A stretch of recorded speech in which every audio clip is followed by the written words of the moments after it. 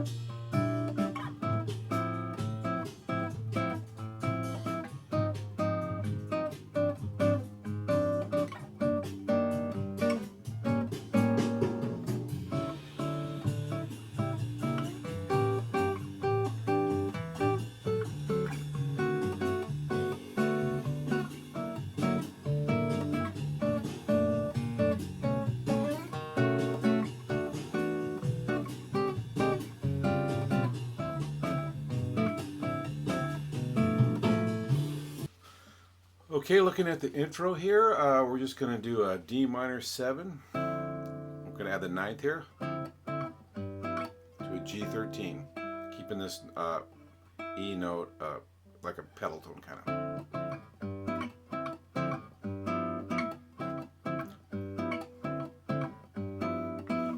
And then that comes again in the at the end of the A section. When I listen to Joe Pass, Oscar Peterson do it, they extended that quite a bit. Usually when I play that with the band too, I just kind of jam there and then they come in when I come in on the head. And then, but even on that Oscar Peterson one, when they got to that again later in the A section, they extended that. I was also listening to the Stan Getz version, and they started out just with a kind of a D major 7, D major 9, I guess, to the kind of A11 or G with an A bass. So if you listen to either of those, you'll get that. Okay, so starting here on the A section, I'm just using the D major 9. This diminished voicing, and then you can add the flat 13 if you want. So you can move this chord around.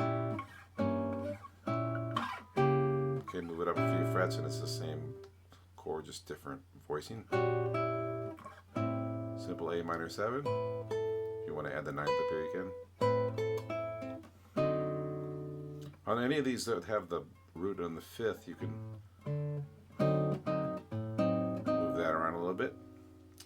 If you want to, this is how this is fingered, this G major 7, but if you want to use your thumb, you can reach the ninth up that way. G minor 6 like that. F sharp 7 with a raised fifth. When I listen to the Stan Getz version, that's the chord they played there. In the real book, it has it this way. But if you use this chord, you can use that altered scale there really well. And even in the real book, it does go to flat 9 there. But when I listen to the Stan Getz version, they didn't do that, so that way you can just do the mixolydian there. Okay, B minor 7 over E. Basically an E9 sus. I really like this voicing of the B9. And just an A raised 7 with the raised 5th. And then back to that. Okay, here's the bridge. What you can now, if you look at the real book, it has some interesting changes there that you can try. I know I've played them with those changes, played the tune with those changes, and they work just fine. But these simpler changes here are the ones that are on both the Oscar Peterson Joe Pass version and the Stan Getz version. So what I like to do is use this third in the bass. So it's a G minor 7 chord, and I just like to use this third in the bass. And then to keep that note and make it the 7th of the C9. Then keep that third in the bass and play this F major 7.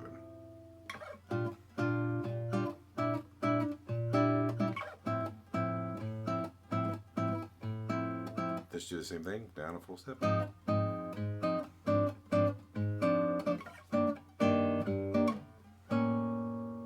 an A7 flat 9. Okay, and then I came up with some nice chords here in the middle 4 strings.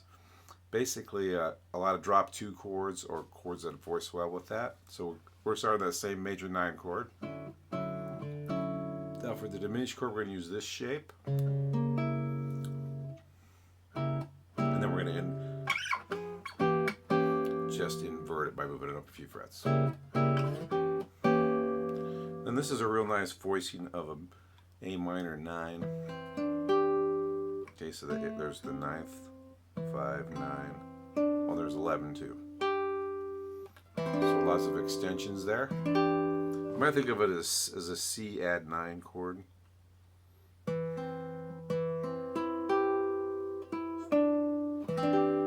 It works well over that A minor 7. We're going to use that same diminished shape we were just using, but we're going to use it for the flat 9 chord. So that'll make a flat 9 chord without a root. Invert that. Now if you just take this and move it down, basically it's a G. Here's like a G, right? There's the major 7 and then there's the 9th. But it comes really well out of this diminished chord.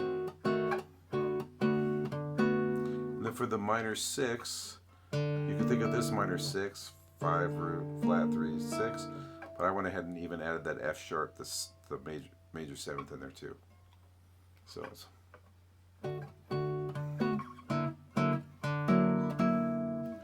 then a fairly dissonant shape of the F7 sharp 5 with that sharp 9 right here. So you get that dissonance there. So it's 3, flat 7, sharp 9, sharp 5. Then just a typical B9, converted up to this B9 shape. B minor 7 with an E. Instead of playing this 13th, I just put the 3rd in the bass. That same shape we use on the F sharp, we're now using it on the A, so it's 3rd in the bass.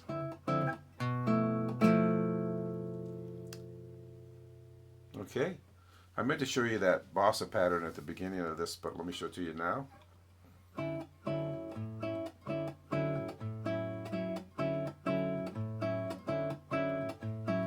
Okay, stuff like that sounds really good on this tune. Okay, let's go on and do the melody.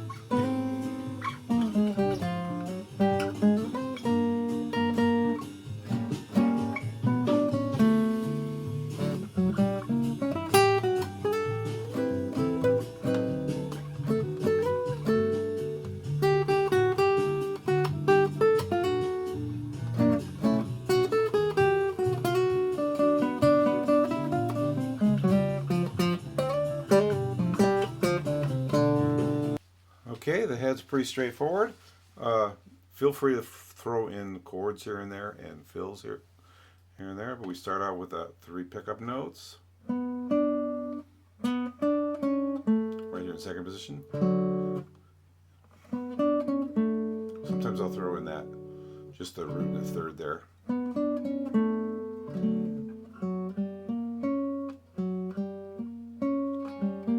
Basically diminished arpeggio there. Usually I'll play a chord there, some flat 9 chord there, octaves.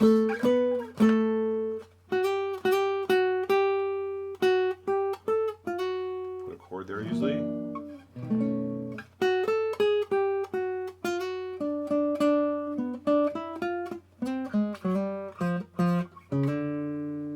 Second time I usually go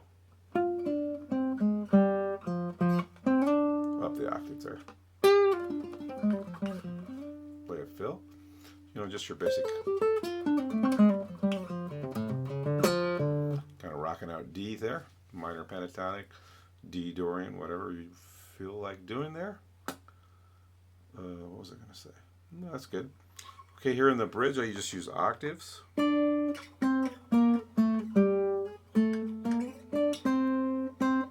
you want to throw a chord in there,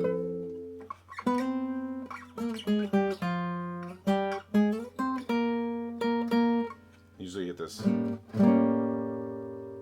Now you notice it has an A7 flat 9 chord, and in the real book it even has this melody coming back with a B flat, I think because of that flat 9. But when I listen to Stan Getz do it, he used the B natural. So usually it's kind of like it kind of come off that chord maybe, so you don't get that B flat. Okay. Yeah, I know what I was going to mention. Make sure to be real free with the rhythm. If you listen to Stan Getz, he plays it real free. So yeah, you don't have to be exact with this rhythm at all. It wouldn't be a great. If you were going to play it with other people, then you'd have to. If more than one person was playing the melody, then you'd have to be real strict with the rhythm. But it's usually not done that way. It's usually done with just one person doing the melody.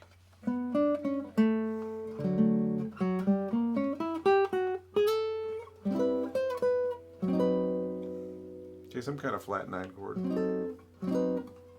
I like this with the 13th on it. Okay.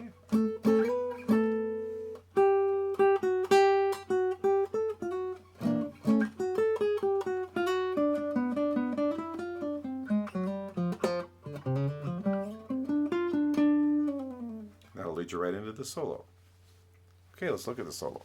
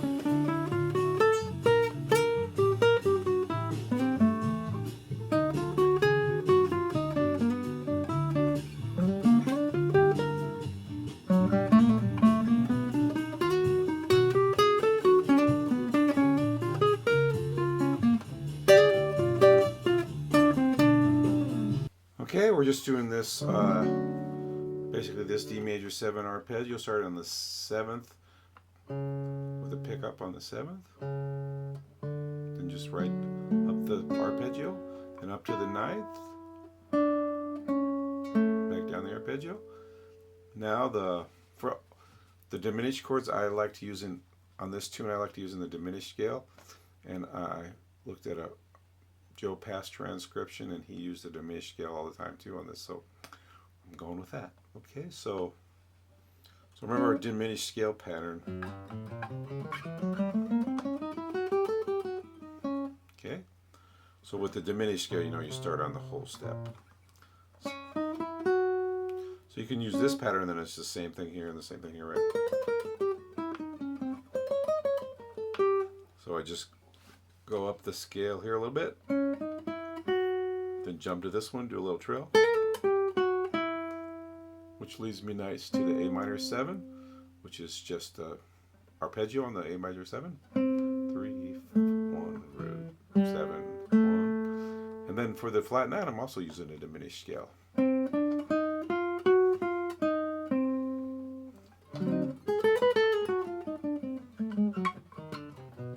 Okay.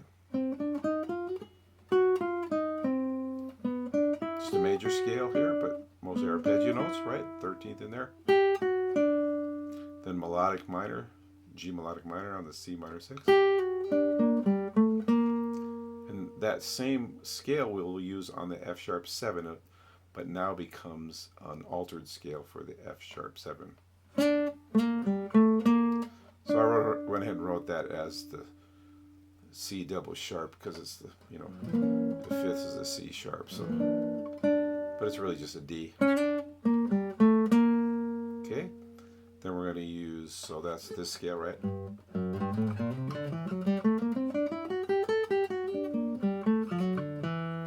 Okay, then we're just going to use a plain old mixolydian on the 9th chord. Then I'm going to shift up here to 7th position. So remember that B, Dorian, and E mixolydian are actually the same scale, so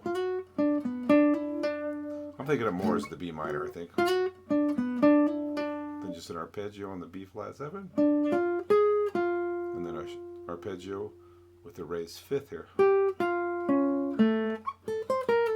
But that would be the same. That would be the altered scale on that also, which would be a B flat melodic minor.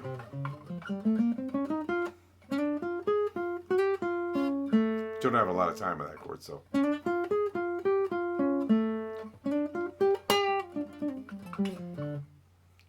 Make sure if you play a lot of rock, this is a good time to rock out.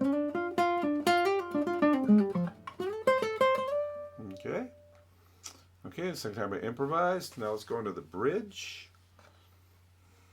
Kind of coming out of this shape, I guess. 3, 4, 2, 3. And then I'm just going to use an enclosure here around the 7th of the C7. And then around the 3rd of the C7. Okay, then just an F major. Put a little chromatic note in there.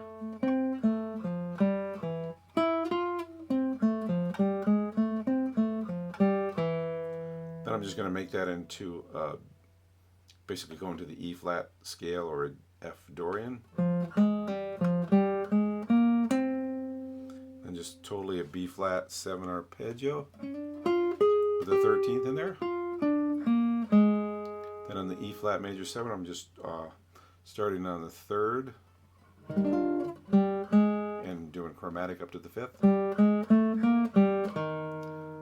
Then from the 5th chromatic up to the flat 7th on the A7 in octaves. Okay, and then improv the end. Okay, so I hope this gives you some ideas of what to do there. All right, there we have it. Look at Wave. It's a great bossa nova by Joe Beam. It really lays well on the guitar. It's a fun guitar tune. I play it whenever chance I get. Okay, and it's a good feature for guitar, so if you need a feature tune. All right, so I hope this was something useful for you, and you guys have a great day.